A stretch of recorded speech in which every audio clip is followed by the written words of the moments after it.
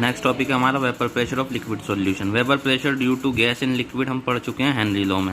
यहाँ पर हम पढ़ेंगे लिक्विड सॉल्यूशन या सॉलिड इन लिक्विड सॉल्यूशन। पहला टॉपिक है हमारा vapour pressure of liquid solution. तो बाइनरी सॉल्यूशन लिया है हमने, 2 वोलेटाइल लिक्विड हैं, यानी वोलेटाइल होने का मतलब ये है दोनों ही कंटेनर में प्रेशर लगाएंगे, दोनों ही इवोपरेट होंगे। तो पहले की वजह से जो हमारा वेपर प्रेशर आएगा वो P1 आएगा और दूसरे की वजह से P2 आएगा, और टोटल प्रेशर P टोटल। ये दोनों हमारे रिलेट हैं मोल फ्रैक्शन से x1 और x2 से, ठीक है। तो ये रिलेशन जो दिया है ये दिया है राउट लॉ ने। राउट लॉ क्या कहता है? For a solution of volatile liquid, यानी ऐसा सॉल्यूशन जिसमें वोलेटाइल लिक्विड हो, वेपर प्रेशर जो हमारा आता है, वेपर प्रेशर डायरेक्टली प्रोपोर्शनल आता है मोल फ्रैक्शन के, ठीक है। ये डायरेक्ट, अब डायरेक्टली प्रोपोर्शनल का साइन हटाने के लिए इन्होंने P1 नोट लिया है यहाँ पर, ठीक है। ये क्या होता है? Vapour pressure of pure component 1, यानी अगर सिर्फ हमारा एक ही कंपोनेंट प्रेजेंट होता मतलब तो उसके कारण जो वेपर प्रेशर आता वो। इसी तरीके से सेकंड के लिए ये इक्वेशन आ गई। तो अब डाल्टन लॉ पार्शियल प्रेशर के हिसाब से P टोटल जो होगा दोनों का सम होगा, जितने भी कंपोनेंट होते हैं उनका सम आता है टोटल। तो दो कंपोनेंट बाइनरी सॉल्यूशन है। अब ये जो ऊपर हमने वैल्यू निकाली है P1 = P1 नॉट x1 और P2 = P नॉट 2 x2, ये हमने यहाँ पर पुट कर दी। अब हमारा ये x1 की वैल्यू, हम मोल फ्रैक्शन जो होता है उनका जो सम होता है वो 1 होता है, तो x1 + x2 1 होगा। x1 की वैल्यू आ गई 1 - x2। x2 की भी इसी तरीके से निकाल सकते हैं, अगर हम निकालना चाहें तो 1 - x1 आ जाएगी, x1 उधर चला जाएगा, 1 - x1। तो यहाँ पर हमने वैल्यू रखी x1 की 1 - x2, तो ये इक्वेशन आ गई। ये इक्वेशन बहुत इंपॉर्टेंट है, 2.16 इक्वेशन जो है P टोटल जो होता है वो इसके इक्वल आता है, P1 प्लस ये जो लिखी हुई है P1 not + P2 not - P1 not bracket 1 x2। तो 3 कंक्लूजन निकाले हैं, 3 यहाँ पे इन्होंने कंक्लूजन निकाले हैं इसके हिसाब से।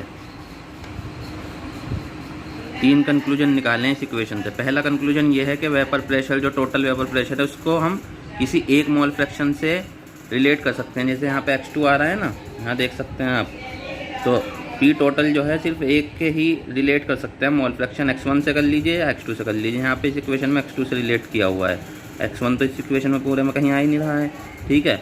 इसलिए हम P टोटल को एक ही मोल फ्रैक्शन से, एक ही कंपोनेंट के मोल फ्रैक्शन से रिलेट कर सकते हैं। दूसरा कंक्लूजन इस इक्वेशन से ये निकाला है कि लीनियरली वेरी कर रहा है मोल फ्रैक्शन जो है हमारा total vapour pressure mole fraction के कंपोनेंट 2 के लीनियरली वेरी कर रहा है। तीसरा कंक्लूजन ये निकाला है, देखिए, P1 पे डिपेंड करते हुए, ये जो है डिपेंडिंग ऑन वेपर प्रेशर, ठीक है, P2 और P1, हमारी जो P टोटल की वैल्यू है वो क्या होगी? कम भी हो सकती है, ज़्यादा भी हो सकती है। अगर ये वैल्यू हमारी नेगेटिव आई तो हमारा P टोटल कम आएगा, और अगर ये वैल्यू पॉजिटिव है तो हमारा P टोटल ज़्यादा आएगा, ठीक है। और इन्होंने कहा है कि with increase mole fraction of component 1, यानी मोल फ्रैक्शन ऑफ कंपोनेंट 1 का मतलब ये है, आप मोल फ्रैक्शन अगर 1 का बढ़ाएंगे तो x2 का हमारा कम हो जाएगा। यानी मोल फ्रैक्शन तो एक दूसरे से रिलेटेड ही हैं, तो इस बात को, आगे की बात कोई इतनी इंपॉर्टेंट नहीं है कि with increase the mole fraction of component 1 component 2 भी हो सकता है, ठीक है। यहाँ पे इन्होंने 1 कहा है, मेनली यहाँ से समझ लीजिए आप, ये P2 - P1 अगर हमारा नेगेटिव आ गया तो हमारी P टोटल बढ़ जाएगी, और सॉरी नेगेटिव आ गया तो P टोटल घट जाएगी, और ना तो P टोटल बढ़ जाएगी, ठीक है। इसके बाद ये ग्राफ समझाया है, तो इस ग्राफ में हम क्या समझ रहे हैं? ग्राफ में देखिए यहाँ पर इन्होंने क्या किया हुआ है, x1 0 है इधर, तो x1 कंसंट्रेशन इधर को बढ़ रही है कंपोनेंट 1 की, तो प्रेशर भी डायरेक्टली प्रोपोर्शनल आ रहा है। इधर को x2 0 है, x1, तो ये मोल फ्रैक्शन के डायरेक्टली प्रोपोर्शनल P2 आ रहा है। 2 ग्राफ हैं अलग अलग, एक ही जगह बना दी इन्होंने। फिर P टोटल का ग्राफ जो दिया है, दोनों का सम करके जो आएगा वो इन्होंने माना हुआ है कि हमारा P2 ज़्यादा है, P2 नॉट ज़्यादा है, यानी जो सेकंड कंपोनेंट है वो ज़्यादा वोलेटाइल है, तो हमारा मोल फ्रैक्शन x2 के डायरेक्टली प्रोपोर्शनल आ रहा है ये P टोटल, ठीक है, क्योंकि हमारा प्रेशर 2 ज़्यादा है। ये इन्होंने यहाँ पे एज्यूम किया हुआ है, ये रहा एज्यूमिंग, ठीक है। इसके बाद नेक्स्ट जो ये बता रहे हैं कि ये तो हो गया हमारा लिक्विड फेस में जो मोल फ्रैक्शन होता है। इसी तरीके से हमारा जो वेपर फेस में जब आ गया है तो वेपर फेस में कंपोजिशन कितनी होगी? वो होगी y1 एंड y2 मोल, और उसको हम कैसे निकालेंगे? ये फॉर्मूला दे रखा है। जो प्रेशर हमारा होगा vapour pressure, partial vapour pressure is equal to y1 P total. इसी तरीके से सेकंड की निकाल देंगे। ये क्वेश्चन समझेंगे तो आपके और क्लियरली समझ में आएगा। देखिए, दो कंपोनेंट दे रखे हैं, क्लोरोफॉर्म दे रखा है, डाइक्लोरो ईथेन दे रखा है। एक का 200 mmHg दे रखा है पार्शियल पेपर, दूसरे का 415 दे रखा है। पी नोट है, P101 P02 ये दे रखा है हमें। तो कौन सा ज़्यादा वोलेटाइल है? सेकंड वाला ज़्यादा डाइक्लोरोमीथेन है, वो ज़्यादा वोलेटाइल, वो दे रखा है हमें। वेपर प्रेशर पूछा है इसने हमसे, बाय मिक्सिंग इनके वेट दे दिया। ठीक है, तो हमसे पहले पूछा है इन्होंने क्या? Vapour pressure. तो हमने क्या करा, सबसे पहले मोलर मास निकाल लिया दोनों का। ये तो इजीली निकल जाएगा, 12 × 1 इस तरीके से, प्लस H के 2 हैं, 35 × 2 ये निकाल लिया। इसी तरीके से मोल्स कैसे निकालेंगे? Weight upon given weight upon मतलब given mass upon molar mass, ये हमने मोल्स निकाल लिए। तो टोटल नंबर ऑफ मोल्स जो है हमारे इतने आ गए, दोनों के मोल्स जोड़ के, तो इनका मोल फ्रैक्शन निकाल लिया हमने। अब ये वाली इक्वेशन जो मैं बता रहा था इंपॉर्टेंट है, इसको लगाया इन्होंने। ये लगाने के बाद वैल्यू पुट करी। वैल्यू पुट करने के बाद हमारा जो सेकंड है, सेकंड क्या था हमारा? सेकंड जो है हमारा ये है 0.688 जो था, ये ज़्यादा वोलेटाइल था। इसकी वैल्यू हमने रख दी यहाँ पर। ठीक है, हम ये मान रहे हैं कि मान क्या रहे हैं, सेकंड ही वाला हमारा ज़्यादा वोलेटाइल है। ठीक है, ये हमने वैल्यू रखी है, ये हमारी वैल्यू आ गई। इसके बाद इन्होंने कहा है कंपोजिशन निकालनी, मोल फ्रैक्शन निकालना है इन वेपर फेज में। तो ये वाला फॉर्मूला लगेगा। ये वाला फॉर्मूला लगाने के लिए पहले P1 की वैल्यू फाइंड कर लेते हैं। P1 की वैल्यू क्या है? इस फॉर्मूले से फाइंड करेंगे। P1 = P1 not x1। ठीक है, तो सबसे पहले इन्होंने यही लगाया। P1 नॉट कितना है हमारा? ये वाला 200। हमारी जो मोल फ्रैक्शन आया 0 ये निकाल ली वैल्यू 62.4। इसी तरीके से ऊपर वाले की निकाल ली। ठीक है, P2 नॉट x2 लगा के ये निकाल ली। अब फिर हमने इस फॉर्मूले में पुट कर दी, जो था P1 नॉट आ गया, P2 नॉट आ P1 आ गया, P2 आ गया, और टोटल प्रेशर से डिवाइड कर देंगे इसको। टोटल प्रेशर से डिवाइड किया, टोटल प्रेशर कितना आया था? 347 अभी हमने निकाला था, 347.9। ये हमारी वैल्यू निकल के आ गई। एक नोट इन्होंने यहाँ पे दिया है, इसको ध्यान रखें कि इक्विलिब्रियम पर वेपर फेज जो होता है वो ज़्यादा आता है जो मोल वोलेटाइल होता है। देखिए, मोल फ्रैक्शन किसका ज़्यादा है यहाँ पर? 0.82 आया है, और इसका प्रेशर भी कितना था? 415, मतलब 415 था, और इसका 200 था। तो जिसका वेपर प्रेशर ज़्यादा है, पी नोट जिसका ज़्यादा है, ठीक है, प्योर कंपोनेंट में, वो उसका मोल फ्रैक्शन भी ज़्यादा आता है, वो ज़्यादा मात्रा में पाया जाता है वेपर फेज में। ये इन्होंने इस नोट में कहा है, ध्यान रखिएगा इस बात को। इसके बाद आगे चलते हैं। आगे इन्होंने राउट लॉ और हेनरी लॉ को रिलेट किया है, दोनों सेम ही है, सिर्फ फ़र्क क्या है? ये यहाँ पे KH आ जाता है, और यहाँ पे P = KHX। ये तो हमारा हेनरी लॉ है, और ये हमारा राउट लॉ है। तो KH जो है हमारा P1 नॉट के इक्वल है, और इस तरीके से हमारा जो राउट लॉ है वो हेनरी लॉ का स्पेशल केस बन जाता है। इसके बाद ये देखिए, vapour pressure of solution of solid in liquid. तो आपके सॉलिड लिया है, तो सबसे पहले इन्होंने यहाँ पे वेपर प्रेशर की डेफिनेशन बताई है। तो वेपर प्रेशर क्या होता है? जैसे ये वाला, इधर वाला, ये देखिए डायग्राम, इसमें जो ये वेपर्स हैं, ये जो इसके ऊपर प्रेशर लगाएंगे उसको बोलते हैं वेपर प्रेशर। यानी pressure exerted by vapour face पे जो लगाते हैं उसको वेपर प्रेशर बोलते हैं एट इक्विलिब्रियम पे। ठीक है, यहाँ पे दे रखते। तो हुआ क्या है, जैसे जैसे आपने सॉल्यूट मिलाया, इसको ग्रीन कलर से दिखाया सॉल्यूट को, तो इसने सरफेस कवर कर लिया। अब ये वोलेटाइल तो है नहीं, नॉन वोलेटाइल सॉल्यूट मिलाया है।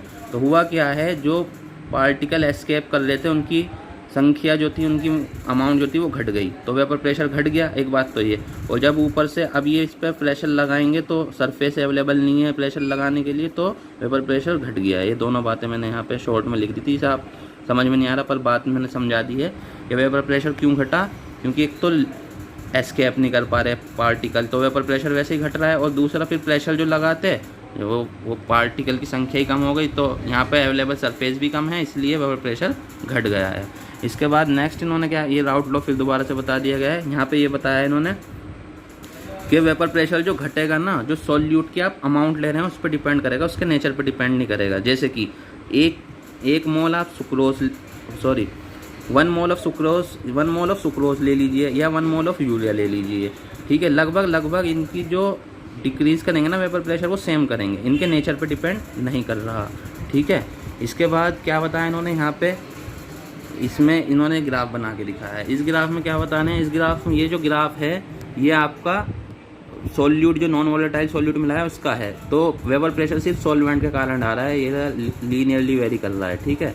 इसके बाद क्योंकि नॉन वोलेटाइल कुछ कंट्रीब्यूट कर ही नहीं रहा है, वो तो नॉन वोलेटाइल सॉल्यूट है। इसके बाद ideal and non ideal solution क्या होता है। आइडियल सॉल्यूशन उसको बोलते हैं जो राउट लॉ को ओबे करे एंटायर रेंज तक, ठीक है। दो अदर प्रॉपर्टी इन्होंने कहा है जो इम्पोर्टेंट है, डेल्टा एक्स मिक्सिंग और डेल्टा वी मिक्सिंग ज़ीरो होता है, यानी एंथैल्पी ऑफ मिक्सिंग और वॉल्यूम ऑफ मिक्सिंग जो है वो ज़ीरो है। ये दो आइडियल सॉल्यूशन की प्रॉपर्टी हैं। इसका मतलब क्या है, कोई हीट एब्जॉर्ब नहीं हो रही, ना कोई हीट एब्जॉर्ब होगी ना रिलीज़ होगी जब आप मिक्स करेंगे कंपोनेंट को। इसी तरीके से वॉल्यूम जो आएगी सॉल्यूशन की वो इक्वल होगी कंपोनेंट के वॉल्यूम के, ठीक है। अब इन्होंने आइडियल सॉल्यूशन को ऐसे एक्सप्लेन किया है मॉलिक्यूलर लेवल पे, दो कंपोनेंट है हमारे ए और बी, तो एक तो फोर्स लगेगी ए और दूसरी फोर्स लगेगी बी, ठीक है। तीसरी फोर्स जो जब ये सॉल्यूशन बनेगा आपस में ये रिएक्ट करेंगे, तीसरी बन जाएगी ए बी टाइप। तो अगर ये तीनों ऑलमोस्ट बराबर हैं तो हमारा जो है तीनों फोर्स इंटरमोलिकुलर फोर्सेस अगर बराबर हैं तो हमारा आइडियल सॉल्यूशन बनेगा। परफेक्टली आइडियल सॉल्यूशन तो रेयर होता है, मतलब मिल नहीं पाता जल्दी से, ठीक है। पर कुछ सॉल्यूशन आइडियल की तरह काम करते हैं, जैसे कि एनहेक्सेन एनहेप्टेन या ब्रोमोइथेन क्लोरोइथेन या फिर बेंजीन और टोनून, इसके कुछ एग्जांपल हैं। इसके बाद नॉन आइडियल की अगर हम बात करें, नॉन आइडियल में क्या है, जो राउट लॉ को एंटायर रेंज तक ओबे ना करे, ठीक है। तो इनका या तो वेपर प्रेशर ज़्यादा आएगा, हाइयर आएगा, या लोअर आएगा राउट लॉ से। अगर हाइयर आ रहा है तो उसको पॉजिटिव डेविएशन बोलेंगे, अगर लोअर आ रहा है उसको नेगेटिव डेविएशन बोलेंगे। बात करते हैं पहले पॉजिटिव डेविएशन की, ठीक है। पॉजिटिव डेविएशन कैसे, जैसे ये फोर्स थी इंटरमोलिकुलर लेवल पर, अगर हम देखें ए और बी भी टाइप थी, तीसरी ए बी टाइप बनेगी।